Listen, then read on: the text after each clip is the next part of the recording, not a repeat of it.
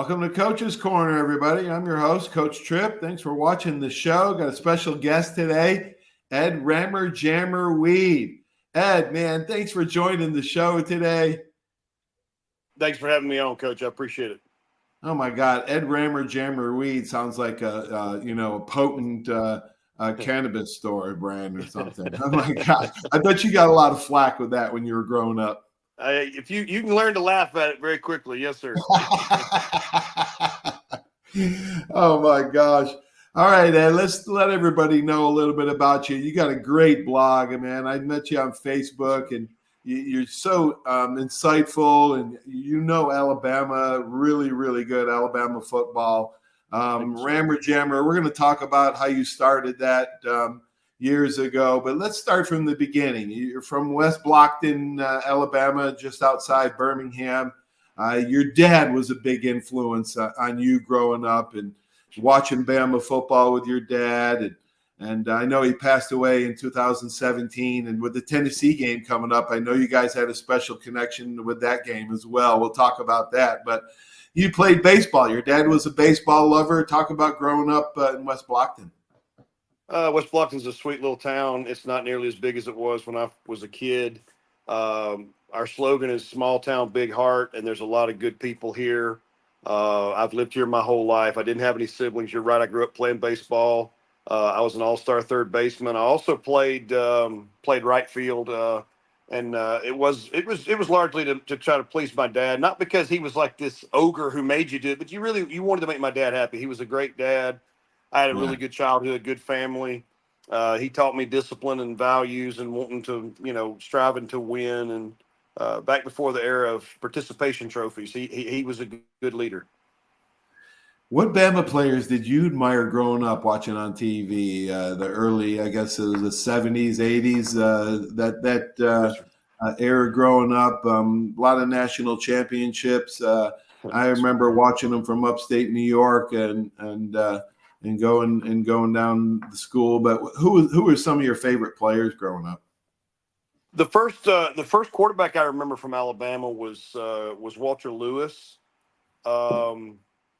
Probably my favorite player growing up, though. And of course, I remember when you played, and it was an honor. Like I said, it's been an honor to be on your show because I grew up watching a lot of these guys through the years. And but my absolute favorite player was probably Derek Thomas growing up. I mean, he was just a beast as a linebacker, and he probably had more of an impact on me as a fan, just as a player more than probably any other Alabama player. Boy, Alabama's had some unbelievable linebackers. And they talk about Penn State being linebacker university, but Alabama, I mean, you can't get any better than Leroy Jordan, Derek Thomas, Cornelius Bennett, Woody Lowe. I mean, you can't get any better than those linebackers. Coach, Jordan, you probably know. I mean, he had one game there in Coach Brown's there where he had 31 tackles in a game. It was the Orange Bowl against Oklahoma. Coach Ryan said if he stays between the lines, Leroy will get him. Yes, sir. Yes, sir. If he stays in bounds. Oh, my gosh. So you studied theology at Southeastern Bible College, and then in 98 went to Anderson Seminar. Who had an early influence on you spiritually and also athletically, because you got to spend time with some amazing coaches, and we're going to talk about those guys in a minute. Yes, sir. My dad, of course, again, had a lot of influence on me. He was a minister, a pastor for over 40 years. Faith was always a big deal with him, and I accepted Christ when I was 8 years old. And so I've grown up in the faith, and it's always been a big part of my life. I got a bachelor's in education and the ministry, and then I got my doctorate in behavioral psychology. And but faith was always a big part of our family. My grandparents, and on both sides, we always everything was always centered around God, and that's where our discipline came in. That's where the whole factor of everything we believed, integrity. Stems from that. That's how we were raised. You have 3 boys and a girl, is that right? Yes, sir. Sure do. Yes, sir. What ages are they, Ed? I got a 14-year-old, a 13-year-old, an 11-year-old, and a almost 7-year-old. She'll be 7 in November. The The baby's a baby's girl. the girl. Yes, sir. Oh, she's spoiled for the boys. Yeah, she's Yes, going sir. She is. Yes, sir. Just a well, little that's bit. great. Well, for 21 years now, I guess you're in your 21st year, the administrator of McCully Hill Christian School. Talk Yes, about sir. talk about how many students you have, the great staff you have, and maybe any extracurricular activities that you guys participate in. We have a lot of kids that do a lot of things with us. They can play football and baseball through our program. We're involved in a league of Christian schools, and volleyball, softball. We have males and females who do all kinds of different things in different sports. A lot of kids, a lot of our children actually do professional rodeo and things of that nature. Mm-hmm. So we've had almost 1,000 graduates over the years that have gone on to be accepted at Harvard and University of Alabama, Auburn, Texas A&M, Florida A&M, just all over the country. Former graduates that are professors now at Oh, California wow. State. So God has richly blessed our school. We've had a lot of good students there that have come through. And we get a lot of kids for a lot of different reasons. Some of them want a Christian education. Some of them, come for reasons like that, because sometimes certain, like in public schools, they want to accommodate for schedules like a professional rodeo and things like that. So we're Mm-hmm. blessed for a lot of different reasons, but we've had a lot of good opportunities with these young people. All right, let's talk about Rammer Jammer. How you started it back in 2016, and you had to stop in 2021 for supposedly infringement rights. But what a brilliant name! How did you get through that? How did you start Rammer Jammer? What motivated you? Talk about starting your blog. My dad actually was. My dad and I used to sit on the porch a lot, as everybody did in the old days, and we would talk, games leading up to everything. And so, Daddy loved to hear me talk football, and so he and I've always read and studied and had a lot of great access to coaches and other things. And so we talked about a lot of things. And he's like, he said he he called it the Facebook. He didn't even know, he never had one. But he said, you need to get on the Facebook and figure out a way to start talking with people about football. He said, because you really have a knack for it. So it sort of started with Daddy just suggesting that I get on there and just have basically just write articles, basically like I would with him. Yeah, And it sort of became an outlet for me after he passed in 17. I really missed being able to talk to him. And so a lot of the right, articles I wrote, a lot of the things I did was centered around things I would have loved to have been able to still talk with him about. And so right. it kind of grew from there. I got to almost 40,000 followers, millions of posts reached each day. And they finally banned me for claiming that I was impersonating the University of Alabama. Oh gosh. So I don't know what that means, but nonetheless, apparently I did a good job with it. One man impersonating an entire university.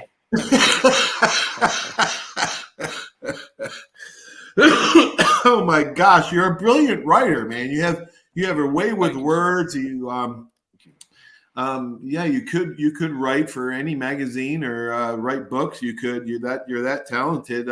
But you also have insight. And where does that come from? Talk about spending time with some of these Bama coaches that you got to know over the years. And I'm really fascinated with Homer Smith, because I think he was underrated. One of the brilliant minds. Everybody that ever coached with him, I never got to spend time with him, but I followed his career. He was just different, and he was. Talk about some of the lunches and some of the conversations you had with Coach Homer Smith. Okay, yes, sir. Yes, sir. I've been blessed to be around a lot of great coaches in the game. Coach Stallings, Coach Sweeney, Coach Mm-hmm. Smith, Coach Homer Smith. After he retired, I contacted him because I always thought he was an outstanding, football coach, and he sort of took me under his wing. We used to go to the Northport golf club out there and play rounds of golf and sit around and have lunch and things. And he would just spend hours with me. I mean, just such a cordial man. Let me come into the gated community where he lived, and we'd go eat and things like that. But we had a lot of conversations back in the 90s. he ran a lot of near far sets, which were kind of unusual when he coached for Coach Stallings at Alabama. He also was with Coach Curry, but he told me back in the '90s. He said Ed, he said within 15, 20 years, he said Bo Jackson and Herschel Walker are going to be playing quarterback. And he was Wow. right. He was so far ahead of the game. I mean, it was mind boggling. I mean, I would sit and just listen to him and be like, wow, just sit here, in awe of him, because I'm like, this guy's like, he's already, called like 7 plays, and I'm still over here trying to figure out what he just said. So The foresight of some people are amazing. he just was a brilliant guy, and I've never seen anybody that ran a better 2-minute offense than he did. He broke the clock down in 5-second increments and taught his quarterbacks and things and people how to run the things. One of the greatest offensive minds, I believe, that ever involved in college football. Like I said, was so far ahead of the game. Probably would have done it before anybody if he'd have still been coaching at the time. I think he realized it long before anybody else realized that was the way it's going to be nowadays. So, Some people I talked about it on Coach's Corner this past Wednesday night with 4-wheel drive segment show with those guys, game type situations. Some coaches are just have an art. They just have a sixth sense for managing the clock. Most of them are really bad at it. God always blessed me with being able to manage a clock, but you still see it today in college and pro coaches. Almost every week. All right, so talk about Coach Stallings, one of the most gracious, one of the most humble, kindest, just overall integrity, I think, of Coach Stallings. And I remember reading the story about when his Coach Bryant's coaching staff was going to decide whether or not to suspend Joe Namath for drinking beer or something. Yes. And he went to every coach, and back then their bowl wins were like they get bonuses for bowl wins. And then everybody was making excuses why they should let Joe play. And he comes down to Stallings, and Coach Bryant says, "Babes, what do you think I should do?" And Coach Stallings says, "I think you should suspend him." Coach Bryant says, "Then it's done." That's it. Coach Bryant, that picture of him picking up Coach Stallings after he beat him, who does that? Who does that? Nobody else today would you ever see that happen. Talk about Coach Stallings and a few times you had to meet with him. He again was just like Coach Smith, was just cordial, and at that time I wanted to get involved in coaching football, and I did a lot of college coaching clinics. I got to know Jerry Faust. I got some that used to be at Notre Dame, and Coach Homer Smith was actually I'm sorry, not Coach Homer. Coach Mal Moore was up there with him actually during part of that time. There, I've been around a lot of good guys, but Coach Gene Stallings is like you said, just a first class guy. And Coach Bryant considered him to be the best coach he ever had on his staff, and so did Coach Landry. If that doesn't tell you who Coach Stallings was, a lot of people. I've tried to tell people before that Coach Stallings was a better coach than Nick Saban, and people, right. He wasn't the recruiter Coach Saban was, and that's not in any way disrespectful to Coach Saban. But Coach Saban made the statement one time about Coach Stallings. He said he's one of the few guys that I still sit down with and take notes. I mean, Coach Stallings was defensively was as smart as anybody. I mean, he was part of Doomsday, and he took me under his wing and showed me a lot about defense. And he was just as cordial to me as he could be. And that sort of came about because I used to John Mart used to work at the Paul Bryant Museum. And I would run by there and drop off food for John occasionally because he would clean the glass there, and it was a real big deal to him. And he was such a sweet young man. Yeah. And when Coach Stallings got wind of that, I think he respected that from me because and he was just as cordial to me as he could possibly have been and spent a lot of time with me, and I'll always appreciate him for that. Wow. All right. One of my favorites, Dabo Sweeney, right? He played at Bama. He's a Bama boy. He's from that area in Birmingham. He played for, coach at Alabama. He was a walk-on there. Woody McCorvey, Atmore guy and Tate High School football coach, was his position coach. Talk about the times you got to spend with Dabo. Coach Sweeney was very cordial to me too. He gave me access to his film room. He'd let me come in there and watch film. Wow. He wrote me a letter of recommendation back in 1999. Wow. He was just an outstanding, guy too. I mean, I've been blessed. Like I said, when I tell people, may God bless you as He has me, I think that's the highest compliment I can give you because I've always felt like I was one of his favorites. He's been more than good to me. It's to be around. I don't know anybody who's ever been around more guys than I have been. That wasn't an Alabama, guy who played, for those guys. I mean, I've been Right. blessed to be friends with players, and to have access to guys that I'm just telling you, it just doesn't happen. Um, Yeah. so and that does help me, I think, as I write, because I mean, I've learned a lot about the game from these guys. I mean, just like with Coach Smith, I had a conversation with Coach Stallings one time. We was talking about that, and I asked him, I was like, when you were at Dallas, you ran a lot of 4-3 flex because that was Coach Landry's way of doing things. I said, but when Yeah. you came to Alabama, you did the 3-4, and ran a lot more of that type of thing.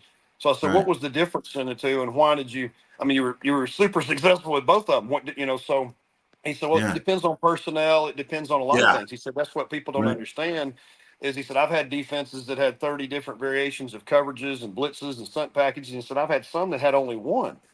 And he said, that sounds ridiculous, but he said, you're better off to be in one coverage or blitz package that a kid knows than to try to ask him to do things he's going to get confused in and make mental errors. So, That's exactly right. And I'd fought that for 20 years coaching high school. I fought it to the last year here at yes, PHS. sir. You cannot confuse the kids. You cannot No, give them sir. too much. And that's a good transition into the Alabama team of today. So let's Yes, sir. start talking about that because that's very interesting to me. I see blown coverages in college and pros, and I flip my lid. I just lose it because my high school kids would never bust a coverage like these guys do. Now, Yes, sir. yes, I kept it simple, but that's the whole point. Keeping it simple so they don't have to think, they can just react. It's all on instinct. If you're a little hesitant, you're too late. When you hesitate, you're too late. Yes, sir. And I see that a little bit. I saw it at Georgia, the DBs at Georgia blowing coverages and Bama blowing a coverage. You Yes, can't sir. make him think too much. You can't have too many checks. You can't have too many, when they're in this formation and go to this one. Everybody's got to be on the same page. So communication is a key. They don't understand it. Let's talk about the elephant in the room. People criticizing Coach DeBoer. These critics don't get it. You said on your blog, you nailed it. They don't offer solutions. I think winners concentrate on solutions and losers focus on the problem.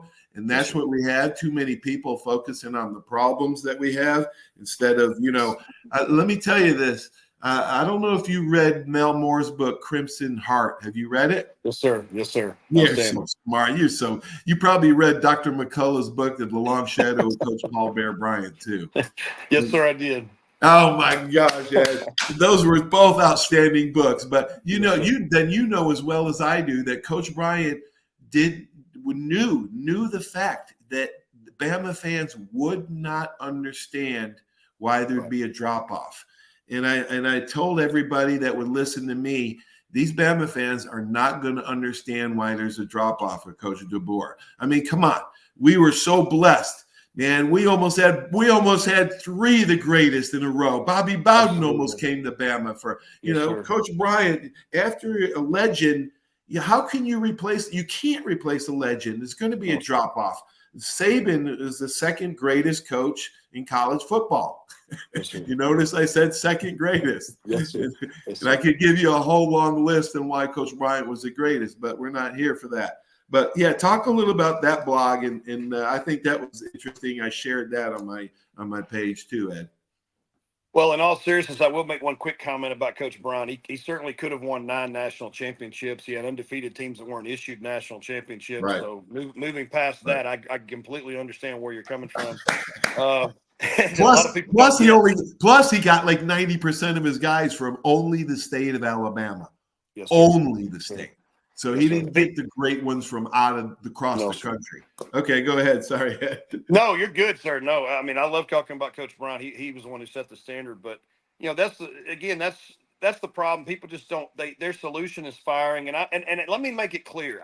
I grew up. My favorite baseball player was Pete Rose, and and he made some, some poor decisions as far as making a few bets and things. But he never tried to rig games or anything. But he was about winning. Coach Bryant was about winning and about doing it the right way on the field. No cheating, no nothing that was crooked. And that was the way and that's the way Coach Saban was, and that's the way Coach DeBoer is. But you've got to understand when you're trying to develop a football team or any type of team, baseball, basketball, doesn't matter. Winning takes integrity and winning takes time. And everybody is not going to be able to, when you start trying to talk about firing somebody 6 games into their first season, that's not the time. I want to win as much as anybody on God's earth. If this was Right. Coach DeBoer's 3rd year, and even then he's 5-1 and ranked in the top 10, you're being Right. a little bit unfair, to him Right. at this point. But Absolutely. I'm saying, I'm not saying a guy doesn't need to be fired when he doesn't do the job. I'm saying, and I'm not going to say it even if we were to fall to Tennessee this weekend, because it's his first year. And what people have to remember this about what Coach DeBoer inherited. One, we lost over 30 players to other teams. We could have lost a whole lot more. He's recruiting at the top right now, which a lot of people didn't expect for him to do. He has not lost any recruits to amount to anything. I mean, substantially, most of them are still sticking with us. Since 2017, Coach Saban did not have a defense ranked in the top 10. And so these are things that we've inherited. I mean, people said, I've heard people on social media saying, we didn't do this. We gave up 48 to Ole Miss in 2020. We gave up 46 to Florida. We gave up 52 to Tennessee in 2020. Yes, we did do these things. And so, and everybody considers Coach Saban one of the greatest defensive minds of all time. And, the game has changed a lot. And I think another thing that people are not taking into consideration, which I did not say in the elephant in the room, but is, this is a different league now. It's more like the NFL. Right. Even teams like Vanderbilt and South Carolina now have enough talent. You wouldn't have the talent that Vanderbilt has if they couldn't get guys out of the transport portal like they did with New Mexico State's QB, they go Pavier. I mean, so you're not going to get these guys. They don't have these guys if they don't have this. So even they are better. So even when you have teams that shouldn't normally compete, they are competing at a different level. It's a lot more like NFL competition because of that. And it doesn't Absolutely. mean Alabama can't be Alabama, but it does mean things are changing in the game, and the fans need to understand those things. It doesn't, you don't change systems. You just keep working and believing in what you're doing and simplify it for these players. And we have simplified some things, and it has been some challenges, but there's going to be some challenges, especially in this transition period with a lot of young players on defense. Good point. Good point, Ed. You're exactly right. Last few years, we haven't had the All-American offensive linemen, the Julio Jones wide receivers, maybe a couple of them, but the running backs haven't been, Heisman Trophy the last couple of years. So we haven't had the offensive and defensive linemen that we've had. So it was going back a little bit. But you're right. The game has changed. Like you said, there's things you pointed out. 38 missed tackles last Saturday. That's 171 yards. At 4 yards a shot after contact. Young DBs, they can be dangerous. The problem with young DBs, Ed, is when I played, and I had a lot of coaches tell me this, and when I coached, I told my kids this, my defensive secondary. Yes, sir. Your job is big time in this defense. It is critical. You make a mistake and it's 6 points. Yes, sir. You get the defensive lineman go the wrong way or the linebacker taking the wrong step. Nobody cares. Nobody knows. Nobody sees it. Nobody understands except for the coaches. The fans only see the DB's mistakes. So you guys have to be more responsible than the rest of your teammates. And I would tell them that. I said it's the hardest job on the field. I would lay that on them, that responsibility on them, and and make them aware of how important your job is. That's why we have communication is a key to our success. And so that's what's happening at Bama. We've got some missed tackles. I think not being able to do a lot of hitting and tackling drills has really hurt football overall. Tackling. I see guys go and grabbing up at the top of their shoulders and trying to tackle them up here. Are you kidding me? I had to tackle Bo Jackson and Eric Dickerson and Yes, sir. Walter Payton. I had to tackle sir. Hall of Fame guys, and I was 195 pounds soaking wet. So you know what? I went hard and low at their outside leg, and guess what? They can't run without a leg. You can run without an arm. You can keep on running. You can't run without a leg. So, I think injuries, like you also talked about, is a big factor. I remember when Eddie Jackson got hurt in a playoff semifinal game, and we missed him against Clemson, especially in that pick play at the end of the game. They had, stuff like that. People don't realize that, just one or two critical guys, and that's even with teams with a lot of depth. You're talking about these other teams like Vandy and stuff, and yeah, they can compete now, but they can't, compete with us depth wise. In other words, 8 out of 10 times we would have beat Vandy. But the fans think, well, this guy's 5-star and so is this guy and so is this guy. That's not the point. It's what they know about the game that's the point. Their talent level may be equal, but their knowledge of the game and their knowledge of the defense and their knowledge of what they're doing is not equal. And so that's where the mistakes come in. Again, it's not that they're not talented. You can clearly see the talent of this defense. Right. It's just that they're young and they're making mental errors and with the tackling, I mean, they're out of position. And one thing, the only thing that I would critique from a Coach Stallings perspective or a Coach Bryant perspective, and you can there's 2 comments I'll make. One, the one thing you don't want, and of course this is not something they can control, is you don't want the last place you want freshmen is at corner. Right. Okay. You don't want to start freshmen in the secondary if you can help it. Oh, no. That's not something they can control. But what they can control, I do think Bama needs to do a better job of getting the head in front of the hips, because if you're tackling and the arm is all the guy's got to run through, you're not going to make tackles. You got to get that head across the hip and make sure that guy can't run through my neck, but he can run through my arms. And that's one of the few mistakes that I've seen in practice that I would emphasize, that Coach Stallings would emphasize. Again, that's old school stuff. It's like I talked to you about the other day with Coach Homer Smith.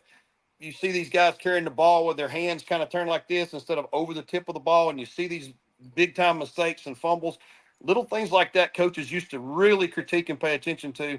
And I don't think it's not just Coach DeBoer, so it's not a pick on him in general. It's all these coaches today that's not the emphasis of how they teach tackling or how they teach protecting the football. Ed, and I think that's mistakes. Ed, you hit the nail on the head. You're exactly right. And on my Wednesday night show, I think it was the week before past Wednesday on 4-wheel drive with my Syracuse University defensive lineman buddies. Yes, we see that as clear as the sun is out today in Pensacola, Florida. Yes, the fundamentals have gone away.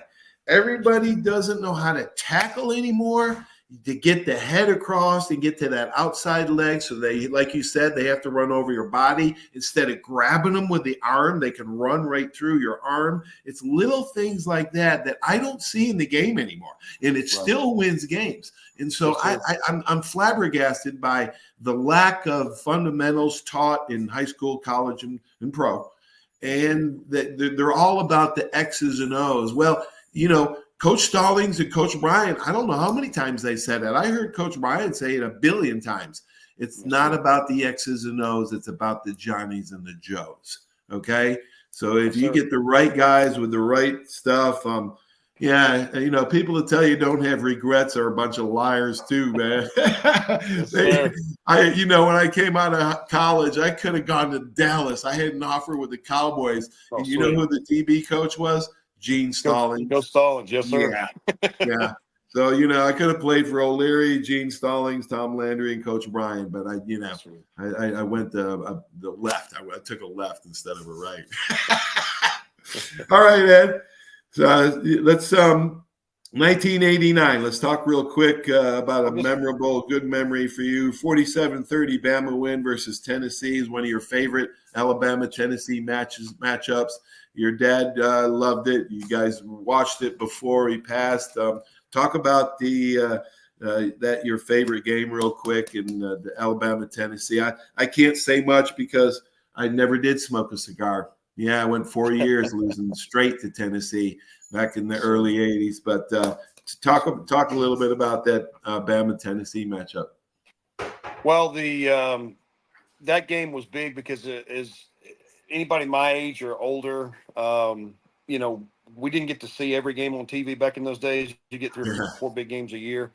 And for whatever reason, like I said, with our antenna or whatever, we just never seemed to catch the Tennessee game. We'd seen a bunch of games with Georgia, Notre Dame, other teams throughout the years, Boston College and Auburn and others, but just never the Tennessee game. So that was the first year that my dad and I got to watch it on TV. And it was just a really big deal. Both teams were undefeated in the top 10. Bama got almost 600 yards of offense. Again, a Homer Smith offense that got 32 first down. Gary Hollingsworth threw for like 370 yards. Gary Hollingsworth. Yes, sir. What a great guy. The greatest thing, the greatest thing you can say about Coach Homer Smith was Jay Barker's best year was under him. No knock on Coach Moore at all. And Gary Hollingsworth was a very minimally recruited backup quarterback. Jeff Dunn went down early in the year, and he did marvelous things with those guys. It's amazing. It's not like he had, the talent that we have today to work with. Yeah, NFL quarterback, right? Yes, sir. Yes, sir. And but he still produced marvelous numbers, 32 first downs. But that was the first game my dad and I ever watched on television. And my dad, as you said when we started the show, passed away from congestive heart failure in 2017. And so my favorite memory of the third Saturday in October was getting a chance to watch the first game of that series that my dad and I watched together was that game in 1989. And then in 2017, it was the last game he and I watched together. He asked if we could watch it because I've got a whole array of 300 and some odd games, Alabama on DVD that I watched. If there's any that you want to go back and revisit yourself, let me know and I'll make a copy of them for you. Okay, I probably do, Ed. Thanks. Yes, sir. Oh my gosh, that is so awesome. But that was a big way for it to end. It's everything went full circle for me, and so that was really a great way for me and Dad to close that third Saturday in October out together like that. Yeah. Wow. Awesome. Gosh, one last question. Who do you think I should have on my show? Would it be a good guest, Ed? I think you ought to get Coach Kroom on the show sometime. Okay. He's a first class, great guy, Sylvester Kroom. Maybe get Gene Jelks an opportunity to tell his story. A lot of people, I know Gene personally, and he has a lot of regrets about what happened with him in Alabama. And he'd like to talk about that and some of the mistakes that he made that he didn't listen to his mama and he wished he had. Oh, I've done that way too many times. That's for sure. I've done that. Yes, sir. All right, buddy. Eddie, thanks so much for being on the show, man. It's an honor, Coach. I appreciate you having me on the show. I really do. I appreciate you giving me the support you give me. It's a real honor. Yeah. Well, great, man. I'm glad we met on Facebook, and you're a great dude. I can't wait to go up to Tuscaloosa and meet you at a game next year. We'll make that happen. Thanks, Eddie. I'd love to do that, sir. Thank you, sir. All right, Rammer Jammer. Good job, buddy. Talk to you soon, bud. Roll Tide. Yes, Eddie Rammer Jammer Weed. Yeah, it sounds like a strand of cannabis, really strong. But no, that's the man. That's the blogger. He's a great guy, really insightful. Follow him on Facebook. He's got some great stuff. Stay tuned for these great messages. Everybody have a great sports weekend. Roll Tide, everybody. See you. There's a reason why Hill Kelly in Pensacola is the #1 selling Chrysler Dodge Jeep Ram dealer between Jacksonville and New Orleans. While other dealers have taken advantage of a competitive market with higher prices, Hill Kelly has discounted prices to the lowest of the year. And Hill Kelly in Pensacola won't surprise you with excessive charges beyond the selling price. Come see why people from Milton, Pace, Foley, Bay Minette, Daphne, Gulf Shores, Mobile, and beyond are driving to Hill Kelly in Pensacola to buy their next new Chrysler, Dodge, Jeep, or Ram. At Hill Kelly, the bottom line price and your satisfaction are what really matter. So before you sign, check the bottom line and make the trip to Hill Kelly in Pensacola to see what true local ownership can do for you. At Hill Kelly Chrysler, Dodge, Jeep, Ram, Highway 29 in Car City, Pensacola. Or shop online 24/7 at hillkellydodge.com. When it comes to bottom line pricing, nobody beats a Hill Kelly deal. Nobody. Drive a little to save a lot on 170 Buicks and GMCs at Step 1 Buick GMC. Get savings up to $4,000 on new Buick Encores, $9,450 on new Buick Envisions, $7,000 on new GMC Yukon XLs, or up to $15,345 off on new Sierras. Only at Step 1 Buick GMC, Pensacola. Plus tax, tag, title, license, dealer processing fee expires 7/31/24 on select new 24 in-stock models. Discount off MSRP includes all incentives. That's you trying to fix the plumbing yourself to save a few bucks. Doing things yourself doesn't always end well. The same goes for insurance. That's why Auto Owners works with local independent agents who tailor coverage to meet your needs and offer discounts for life, home, car, and business insurance. Because sometimes you need a professional to get the job done right. That's simple human sense. Are you riding around in a filthy vehicle? Dirty car no more. Visit Ronnie's Car Wash today to get it shining in no time. They have 3 convenient locations with another coming soon. The unlimited monthly wash packages start as low as $14.95 per month with free vacuums, multi-purpose spray, and towels. Visit them in Gulf Breeze, Navarre, Fort Walton, and soon Crestview. Don't wait, wash today.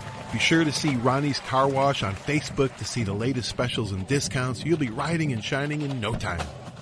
75 years of service in high tech today. It's Pensacola Glass Company at 433-8348. High tech is a term often applied to advanced services and products in today's marketplace. And today, glass is much more than a simple pane of brittle, see-through stuff we hit baseballs through when we were kids. Glass is now a product with unique flexibility in both performance and application. And Pensacola Glass Company is growing right along. That's Pensacola Glass Company at 433-8348. Barnes Heating and Air is a proud sponsor of Alabama football, serving the entire Pensacola community for over 50 years. Barnes Heating and Air is passionate about providing customers with world-class air conditioning and heating repairs, sales, and installation. Barnes Heating and Air is family-owned, insured, and committed to quality. For a free estimate, call 478-0141. Barnes Heating and Air is #1 in customer service with service calls 7 days a week. Call Barnes Heating and Air 478-0141 and roll Tide.